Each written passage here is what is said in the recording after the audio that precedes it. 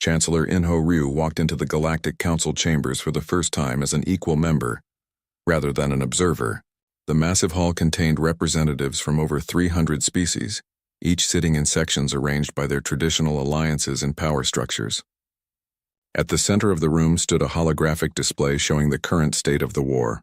The display told a story that would have been impossible 6 months earlier. Sectors defended by human-trained forces showed green markers indicating successful defense. Areas still using traditional galactic tactics showed red markers where void spawn attacks had succeeded. The pattern was clear to everyone in the room. "The statistics are undeniable," announced Prime Coordinator Zelani, the Galactic Council's senior leader. "Human tactical innovations have increased our defensive success rate by 340%. Human technology adaptations have reduced casualties by 60%. Human strategic thinking has enabled our first offensive victories against void spawn forces." Chancellor Ryu had prepared for this moment his entire career. As Earth's first representative to achieve full galactic membership, he carried the hopes and dreams of his entire species. But he also carried the responsibility of changing how the galaxy thought about cooperation and leadership. "Thank you for recognizing Earth's contributions," Ryu said when invited to address the council. "But I want to be clear about something important. We are not here to replace your methods with our methods. We are here to show that combining different approaches creates better results than any single approach alone." Commander Hei-Wan Ko stood in the Joint Operations Center, coordinating the largest military action in galactic history. Around her, officers from dozens of species worked together using hybrid human-galactic procedures. The scene would have been chaos by traditional galactic standards, but it was producing unprecedented results. Status report from all sector commanders. Ko requested through the communication system that connected hundreds of ships across multiple star systems. The reports came back in a mixture of languages, tactical styles, and species-specific observations. Ko's training in human adaptive leadership allowed her to process this complex information flow and make decisions that accounted for the strengths and limitations of each participating species. Tellarian forces report successful interdimensional pursuit using human phase tracking technology, came one update. Corvani engineers have successfully modified their planetary shields using adaptive frequency algorithms, came another. Human pilots have taught Vorthan squadrons how to fight in non-linear formations with 80% improved effectiveness. Each success story represented a breakthrough that combined galactic resources with human innovation. But more importantly, they showed that different species could learn from each other when they abandoned the idea that their own methods were automatically superior. Dr. Ji-Hoon Lim made the discovery that changed everything. During a routine analysis of captured void spawn technology, he had been studying enemy equipment using builder analytical techniques when he found something that made him call an emergency meeting with all senior commanders. "The void spawn are not invaders," Dr. Lim announced to the shocked assembly. "They're escaped experiments. According to this data, they were created by an ancient galactic civilization as weapons for fighting wars between dimensions." The room fell silent as the implications became clear. The greatest threat the galaxy had ever faced was actually their own fault, the result of ancestors who had tried to create the ultimate weapon and lost control of it. The civilization that created them was destroyed by their own weapons, Dr. Lim continued. But before they died, they managed to imprison the void spawn in a dimensional pocket. That prison has been slowly weakening for millions of years. Our increased use of interdimensional technology may have finally broken it open. Chancellor Ryu watched the galactic representatives struggle with this revelation. Many species prided themselves on their ancient wisdom and superior civilization. Learning that their ancestors had created the current crisis challenged their fundamental beliefs about galactic progress and moral authority. This explains why traditional galactic technology doesn't work against them, observed Commander Ko. The void spawn were specifically designed to counter the weapons and defenses that existed when they were created. They're not just interdimensional entities. They're interdimensional weapons programmed to defeat galactic civilization. The discovery led to heated debates in the council chambers. Some species wanted to suppress the information to avoid panic. Others demanded immediate investigations into which modern galactic technologies might be making the situation worse. A few suggested that maybe the galaxy deserved to be destroyed for the sins of their ancestors. Fighting about blame will not solve our current problem, Chancellor Rao told the arguing representatives. We need to focus on how this knowledge can help us end the threat. The civilization that created the void spawn also created ways to fight them. We need to find those solutions. Dr. Lim's team began searching builder archives for information about the original void spawn war. What they found was both encouraging and terrifying. The builders had developed weapons capable of destroying void spawn permanently. But using those weapons required cooperation between multiple species and the willingness to sacrifice individual power for collective survival. The ancient war was won by an alliance that included species with completely different approaches to technology and warfare, Dr. Lim reported. The builders provided dimensional science. The Christek provided energy manipulation. The Mindari provided biological adaptation, and dozens of other species contributed their unique capabilities. Commander Ko realized what this meant for the current conflict. They're telling us that winning requires true cooperation, not just coordination.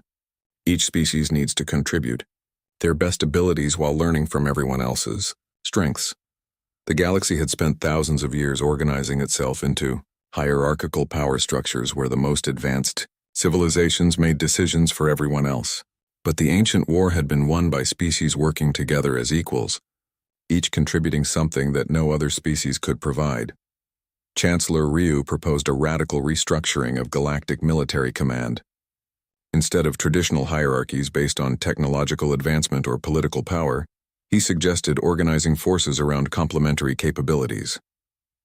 Human adaptability would coordinate with Talarian precision, Corvani strength would support Vorthan speed, and every species would contribute according to their unique abilities. This is not how galactic society has ever operated, protested several council members. How can we trust species to work together without proper authority structures? The same way humans learn to trust you, Ryu replied, by recognizing that survival depends on cooperation, not control. The void spawn were created by a civilization that believed they were superior to everyone else. If we want to avoid their fate, we need to choose a different path. The vote to implement Ryu's proposal passed by the narrowest margin in council history. Many species remained skeptical about abandoning traditional command structures. But the evidence was clear. Human-style cooperative tactics were the only thing that had consistently worked against void spawn forces as preparations began for the largest coordinated action in galactic history. Chancellor Ryu reflected on how much had changed since the day Earth was first contacted by the galaxy. Humans had gone from being dismissed as primitive savages to becoming essential partners in galactic survival. But the real victory was not just Earth's recognition as an equal member of galactic society. The real victory was that the entire galaxy was learning to think differently about cooperation, adaptation, and the value of diverse perspectives. The final battle against the void spawn would test whether these lessons had been learned well enough to save everyone. Dr. Yan Wu Song had always been fascinated by the impossible. While other scientists worked on practical problems, she spent her time thinking about parallel dimensions in the spaces between realities. Most of her colleagues thought her research was interesting but useless. That changed the day the galaxy's emergency broadcasts began. The messages came through every communication channel at once. The Galactic Council was requesting immediate assistance from all member species. Something was attacking their worlds and their technology could not stop it.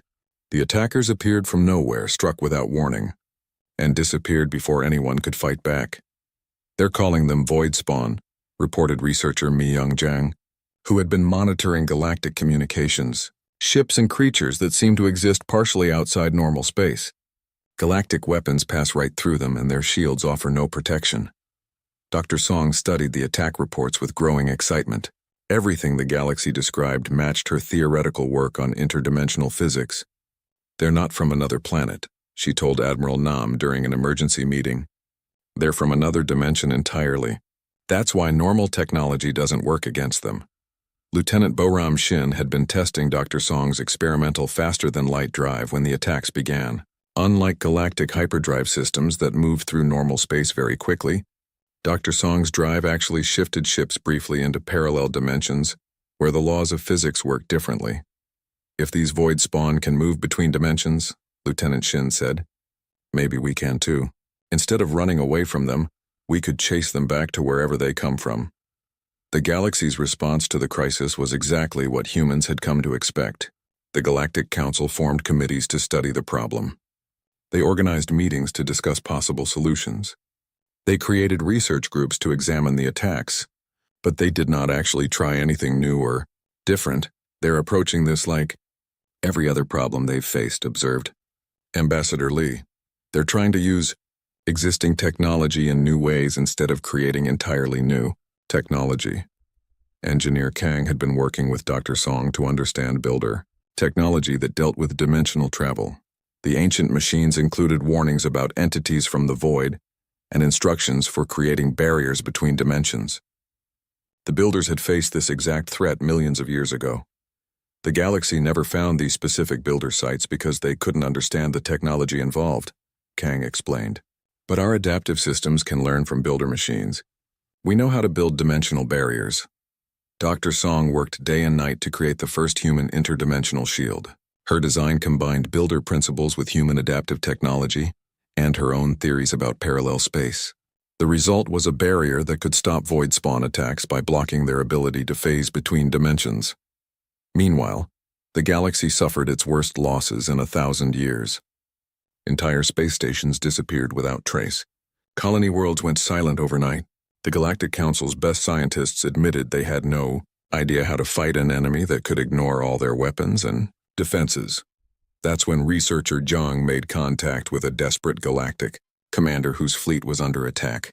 "We have a possible solution to the void spawn problem," she transmitted. "Earth has developed technology that might be able to help." The alien commander's response was exactly what they expected. "Earth, the primitive world in Sector 7G, how could your species possibly understand threats that our greatest minds cannot solve?" "Because we think differently than you do," Zhang replied calmly. "Will you let us try to save your ships, or would you prefer to be destroyed by your own pride?" Faced with certain death, the alien commander agreed to test human technology. Dr. Song transmitted the shield specifications, and Lieutenant Shin flew her experimental ship to the battle zone. When the next wave of void spawn attacked, the human shields held perfectly while galactic defenses failed completely. The surviving alien ships could not believe what they had witnessed. For the first time in weeks, someone had successfully stopped a void spawn assault. The primitive humans had solved a problem that the galaxy's most advanced civilizations could not even understand. Word spread quickly through galactic communication networks. The species that everyone had dismissed as too chaotic and violent had created technology that worked against an interdimensional threat. Emergency requests for help began arriving from every corner of the galaxy. Dr. Song found herself giving lectures to alien scientists who had previously considered humans barely intelligent. "The key is not to fight the void spawn in normal space," she explained. "You have to understand that they exist in multiple dimensions at once. You need technology that can work across dimensional boundaries." Lieutenant Shin became the galaxy's first interdimensional pilot, teaching alien crews how to use human faster-than-light technology to chase void spawn back to their home dimension. Her techniques required improvisation and creative thinking that most galactic pilots had never learned. "Your technology is more flexible than ours," admitted one alien engineer after watching Shin's ship adapt its shields during combat. "Our systems do exactly what we program them to do. Yours seem to learn and change based on what they encounter." Engineer Kang began sharing builder technology discoveries with galactic scientists, but only after they acknowledged that human adaptive thinking had been necessary to unlock the ancient secrets. "The builders faced this same threat," he explained. "They left tools behind, but you needed a different perspective to understand how to use them." The Galactic Council found itself in an uncomfortable position. Their entire authority was based on their superior technology and ancient wisdom. But the newest and most primitive species in the galaxy had just saved them from their greatest crisis in millennia. "Ambassador." Lee received an official message requesting Earth's immediate assistance in coordinating galactic defense efforts. The same council that had placed humans in probationary observer status was now asking for their help as equals. "They still don't want to admit they were wrong about us," Lee told his staff. "They're calling it a special consultation arrangement instead of recognizing Earth as a full member species." Dr. Park had been analyzing galactic responses to the crisis and found something troubling. "They're not just asking for our technology," she reported. "They want us to solve their problems for them while they keep making the same mistakes. They still think their way of doing things is fundamentally correct." Admiral Nam studied the latest battle reports and realized that the void spawn attacks were becoming more organized and dangerous. "This isn't over," she warned. "The enemy is learning from their defeats and adapting their strategies. The galaxy needs to change how they think about warfare, not just borrow our weapons." The revelation that humans could solve impossible galactic problems had shifted the balance of power in ways no one expected. But as Dr. Song continued to study void spawn behavior, and Lieutenant Shin led more interdimensional missions, they began to understand that the real challenge was not just stopping the attacks. The galaxy would need to learn that survival required more than superior technology. It required the willingness to think differently, adapt quickly, and work together in ways that their rigid civilization had forgotten how to do. And humans, the chaotic species that everyone had underestimated, were about to become their teachers. Captain So-Young Choi received her orders on a cold morning in Seoul. Earth's Space Command wanted her to lead the first human exploration beyond the solar system. They had built new ships using improved human technology, staying just within the rules the Galactic Council had given them. "Remember, Captain," Admiral Hyejin Nam told her during the final briefing, "you cannot go to any inhabited systems. You cannot make contact with alien species, but you can explore empty space and abandoned areas. Find out what's really out there." Choi nodded. She had trained her whole life for missions like this. Her crew of 30 included the best pilots, scientists, and engineers Earth could provide. They would spend 6 months exploring the galaxy's forgotten corners while staying invisible to alien authorities. Meanwhile, engineer Jin-Woo Kang worked day and night in his secret laboratory. He had spent 2 years studying the alien technology found in the watching device. Most of it was far beyond human understanding, but Kang had noticed something interesting. The aliens built everything to last forever and work perfectly, but they never tried to make things better or different. "Their technology is amazing," Kang told Dr. Park during one of their secret meetings, "but it's also boring. They found one way to do everything, and they never changed it. Look at this power source. It's incredibly efficient, but the design is exactly the same as power sources in their oldest files. They stopped trying to improve it thousands of years ago." Dr. Park studied Kang's notes. "They achieved perfection and stopped growing." "Exactly," Kang said.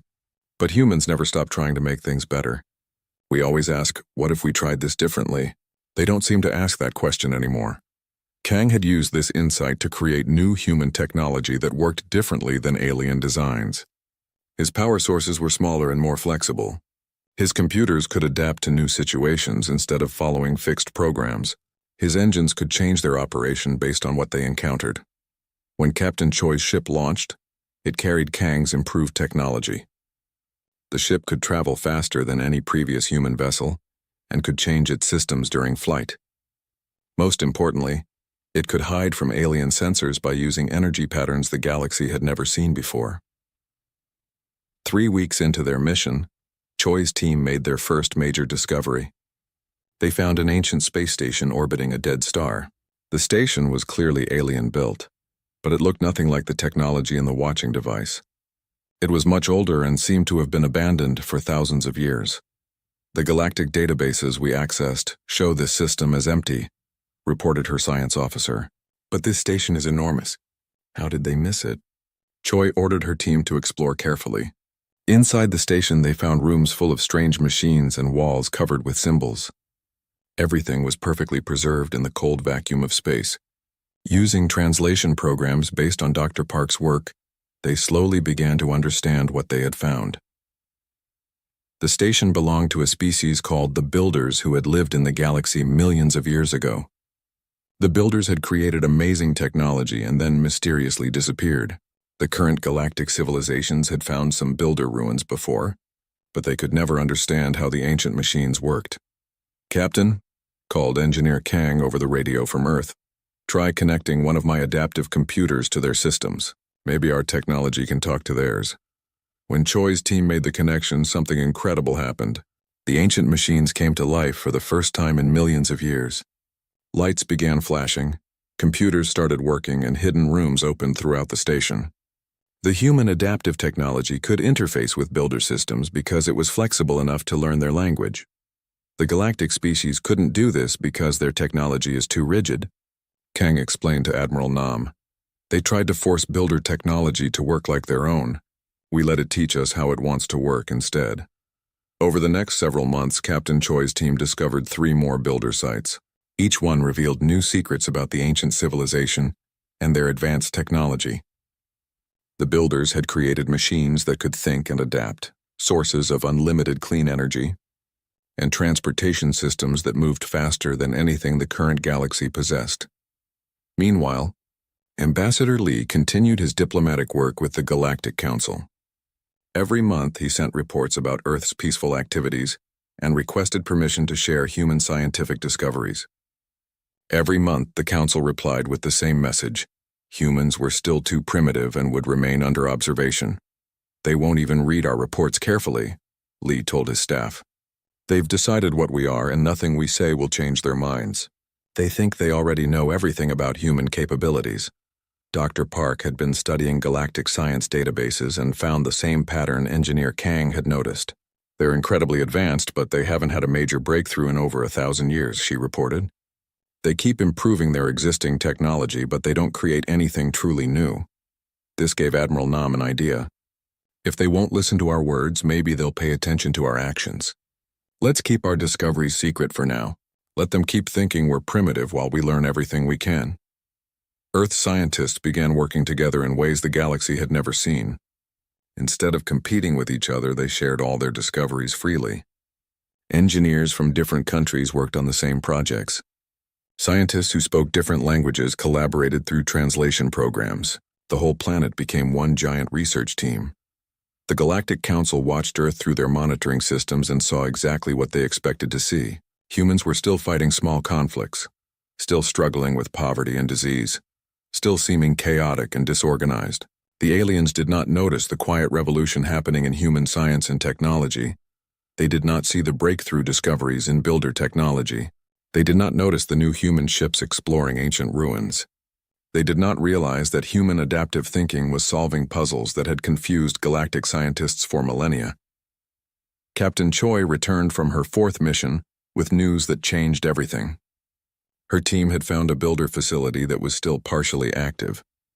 The ancient machines had shared a warning message about something they called the darkness, between spaces that would someday threaten all life in the galaxy. The builders built their technology to fight something terrible, Choi reported, something that exists outside normal space and time. They disappeared while trying to stop it, but they left tools behind for whoever came after them. Engineer Kang studied the builder warning systems. According to this, the threat is still out there. The builders thought it would return someday when the galaxy was least prepared for it. Admiral Nam looked at the evidence and made a decision that would change human history. Keep studying everything we can. If this threat is real, the galaxy will need every advantage they can get. And when that day comes, they'll discover that the primitive humans they dismissed might be their best hope for survival. The aliens continued to underestimate Earth, never imagining that the species they considered too chaotic and violent was quietly becoming the galaxy's hidden experts on its greatest ancient mystery. Commander Dae-ho Kim stared at the strange metal object floating in space. His ship had been on a routine mission to check the outer edges of the solar system when they found it. The object was perfectly smooth and shaped like a crystal. It did not match any human technology. "Sir, we're picking up energy readings from inside," said his communications officer. "It's been watching us." Dae-ho felt his stomach drop. Something had been watching Earth and they never knew about it. He ordered his team to carefully bring the object aboard their ship. When they opened it, they found computers and cameras that had been recording everything about Earth for hundreds of years. Back on Earth, Dr. Yunbi Park studied the alien technology day and night. She was one of the world's best scientists who studied life from other planets. The computers contained files about Earth written in strange symbols. When she finally broke the code, she could not believe what she read. The files called Earth Sector 7G and described humans as too violent and chaotic for galactic society. The writers talked about humans like they were dangerous animals that needed to be kept away from. Civilized worlds. They had been watching Earth for 300 years, waiting to see if humans would become peaceful enough to join the galaxy. They think we're savages, Dr. Park told the World Council during an emergency meeting. According to these files, there's a whole galaxy full of different alien species working together. They have faster-than-light travel, unlimited energy, and technology we can barely imagine. But they won't talk to us because they think we're too primitive and violent. The World Council decided to try making contact anyway. They chose Ambassador Taemin Lee, Earth's most skilled diplomat, to represent humanity. Lee had spent his career bringing enemies together and solving conflicts that seemed impossible. If anyone could convince the aliens that humans deserved respect, it was him. Lee used the alien communication technology found in the watching device to send a message to something called the Galactic Council. His message was simple and honest. He explained that humans had learned about the galaxy and wanted to join as peaceful members. He promised that Earth would follow galactic laws and work together with other species. The reply came 3 days later. It was not what anyone expected. "Greetings, inhabitants of Sector 7G," the message began. "We acknowledge your attempt at communication. After careful consideration of your species development, we offer you probationary observer status within the Galactic Federation. You may observe our public communications and learn about galactic society, but you will not be permitted to participate in any decisions or visit other worlds. This status will be reviewed in 50 Earth years." The message continued with a long list of rules. Humans could not travel beyond their solar system. They could not share galactic technology with anyone. They could not try to contact other member species directly. Breaking any of these rules would result in immediate isolation from the galaxy forever. Ambassador Lee read the message again and again, feeling angry and insulted. The aliens were treating humans like children who needed to be punished. 50 years was almost a whole human lifetime. By the time the Galactic Council reviewed Earth's status, Lee would probably be dead. "They're putting us in a corner like bad students," Lee told Commander Kim and Dr. Park during their private meeting. "They want us to sit quietly and watch while they decide if we're good enough for them." Dr. Park looked at the alien technology she had been studying. "There's something strange about their attitude," she said. "Their files show they've been watching us for 300 years, but they only focus on our wars and conflicts. They ignore everything else we've accomplished. They don't mention our art, our science, or how we take care of each other." Commander Kim nodded. "They see what they want to see. They've already decided we're violent, so that's all they look for. They probably think their way of doing things is the only right way." The three of them realized that the galaxy had made up its mind about humans without really understanding them. The aliens looked at Earth's history of wars and decided that humans were too dangerous. They did not see that humans also created beautiful music, helped strangers in need, and worked together to solve problems. They did not understand that human strength came from facing challenges, not avoiding them. "What do we do now?" asked Dr. Park. Ambassador Lee stood up and walked to the window. He could see the stars that he now knew were full of life and civilization. "We prove them wrong," he said. "But we do it quietly. If they want to underestimate us, let them. We'll show them what humans are really capable of." Commander Kim smiled. "You want us to exceed their expectations?" "Exactly," Lee replied. "They think we're too primitive to understand their technology. They think we're too violent to be trusted with advanced knowledge. They think we're too chaotic to contribute anything useful to galactic society. Let's see how right they are." Dr. Park began making plans to secretly study every piece of alien technology they could find. Commander Kim organized teams to explore space beyond Earth using human technology, staying just within the rules the aliens had given them. Ambassador Lee started learning everything he could about galactic law and politics, looking for ways to change Earth's status without breaking the aliens' rules. The three of them knew that proving Earth's worth would take time and careful planning. The galaxy had spent 300 years watching humans and deciding they were not good enough. It would take something extraordinary to change their minds. But humans had always been good at doing extraordinary things when others said it was impossible. They had climbed the highest mountains, crossed the deepest oceans, and reached for the stars when everyone said they would fail. Now they faced their biggest challenge yet, earning respect from a galaxy that had already decided they did not deserve it. As Commander Kim prepared for his next mission into deep space, Dr. Park continued studying alien science, and Ambassador Lee planned Earth's diplomatic future. None of them knew that they were about to discover just how wrong the galaxy was about human potential. The aliens thought they knew everything about humans from watching Earth for 300 years. They were about to learn that watching and understanding were two very different things. General Donghyun Yu stood in the command center watching dozens of screens showing battles across the galaxy. Each screen displayed the same pattern: alien fleets following their traditional combat procedures while void spawn entities tore through their formations like they were not even there. They keep making the same mistakes, Yu told his staff officers. They treat every battle like a mathematical equation. Ship A fires weapon B at target C, and the result should be D. But the void spawn don't follow their equations. The Galactic Council had finally agreed to let humans participate in joint military operations after losing 30 more colonies in 2 weeks. But they insisted that alien commanders remain in charge, while humans served as technical advisors. General Yu found this arrangement both frustrating and amusing. Scientist Yu Jin Quan worked in a laboratory that was part human, part alien. The galaxy had provided their most advanced equipment, while Earth contributed adaptive thinking and builder technology insights. The combination was producing extraordinary results. Look at this, Quan showed Admiral Nam her latest creation. Galactic energy weapons are incredibly powerful, but they only work one way. I've modified them to change frequency and targeting method during combat. Now they can adapt when they encounter something unexpected. Her hybrid weapons combined galactic power with human flexibility. When Void Spawn tried to phase out of normal space to avoid damage, the weapons automatically shifted to interdimensional targeting. When the enemies adapted their defenses, the weapons learned new attack patterns. The first test of human galactic cooperation came when a major Void Spawn force attacked the Corvani homeworld.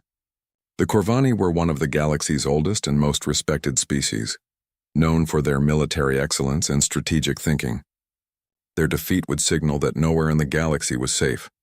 Pilot Sun Ho Bei led a squadron of mixed human and alien ships into the battle zone. His pilots included species from 12 different worlds, each trained in their own traditional combat methods.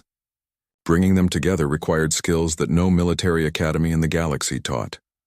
Forget everything you learned about formation flying, Bei told his diverse squadron during their briefing. Void Spawn move in ways your instructors never imagined. Stay flexible, watch each other's backs, and be ready to try something completely new every few minutes. The alien pilots were uncomfortable with Bei's approach. They had trained for years to follow precise procedures and maintain perfect formations. Human-style improvisation seemed chaotic and dangerous to them. "How can we coordinate our attacks if everyone is doing something different?" asked Commander Vex, a Talarian pilot with 50 years of experience. "By talking to each other constantly and adapting to what works," Bei replied. "Watch what I do, copy what succeeds, and change what fails. Think of it as a conversation instead of a program." When the battle began, the difference between human and galactic approaches became immediately clear. Alien defense fleets formed their traditional battle lines and opened fire with coordinated volleys. The Void Spawn simply phased through their formations and attacked from unexpected angles. But Bei's mixed squadron fought like a living organism. When Void Spawn appeared behind them, pilots immediately warned each other and shifted positions. When traditional weapons failed, they switched to hybrid technology. When their enemies adapted to one strategy, the squadron smoothly changed to another approach. "This is impossible," transmitted Commander Vex during the heat of battle. "We're fighting 12 different engagements at once, and somehow we're winning all of them." "That's because you stopped thinking like a machine and started thinking like a hunter," Bei replied as he chased a Void Spawn through a dimensional rift. "Machines follow programs. Hunters adapt to their prey." General Yu watched the battle from the command center and saw something that amazed him. For the first time since the Void Spawn attacks began, galactic forces were not just holding their ground, they were pushing the enemy back. The hybrid human-alien tactics were actually working. Scientist Quan's adaptive weapons proved crucial during the climax of the battle. When the largest Void Spawn entity began draining energy from Corvani defense platforms, her hybrid systems automatically reconfigured themselves to reverse the energy flow. Instead of being weakened by the attack, the platforms became stronger. "How did you know that would work?" asked a Corvani engineer after the battle ended in victory. "I didn't," Quan admitted. But I designed the systems to learn from whatever they encountered. They figured out the solution themselves while fighting. The victory at Corvani sent shockwaves through galactic society. For the first time in 1,000 years, a major battle had been won through innovation, instead of superior numbers or firepower. The primitive humans had not just provided better technology, they had taught the galaxy a completely new way to fight. Ambassador. Lee found himself suddenly popular among galactic diplomats who had previously ignored his communications. Requests for meetings came from species that had never bothered to learn Earth's location. Everyone wanted to understand how humans thought about problems differently. They're finally realizing that there might be value in different perspectives, Lee told Admiral Nam during their weekly strategy meeting. But they still want us to solve their problems without changing how they approach things themselves. The real test came when General Yu was invited to address the Galactic Military Council. For 3,000 years, this group had made decisions about galactic defense using the same traditional methods. They were about to hear suggestions that challenged everything they believed about warfare. Your current strategy treats war like engineering, Yu told the assembled alien generals. You design a solution, implement it perfectly, and expect predictable results. But war is not engineering. It's a conversation between opponents who are both trying to outsmart each other. The alien commanders struggled to understand his point. They had built their entire military philosophy around the idea that superior technology and perfect execution would always defeat inferior opponents. The Void Spawn are not inferior opponents, Yu continued. They're different opponents. They don't follow your rules because they don't come from your reality. Fighting them requires constant adaptation, creative thinking, and the willingness to try things that have never been done before. Pilot Bay demonstrated human tactical thinking by running simulation exercises with alien crews. Within hours, pilots who had spent decades following rigid procedures were improvising solutions to problems they had never encountered before. It's like learning a new language, explained Commander Vex after successfully completing his first adaptive combat simulation. At first it feels wrong and dangerous, but then you realize you can express ideas that were impossible before. The galaxy was beginning to understand that humans offered more than just new technology or different tactics. They represented a fundamentally different way of approaching challenges, one that emphasized adaptation over perfection, creativity over procedure, and cooperation over hierarchy. But as news of the Corvani victory spread throughout galactic space, monitoring stations detected troubling signs. The Void Spawn were not retreating or giving up. Instead, they were gathering in larger numbers and developing new attack methods. The enemy was learning and adapting just as quickly as the defenders were. The real war was about to begin.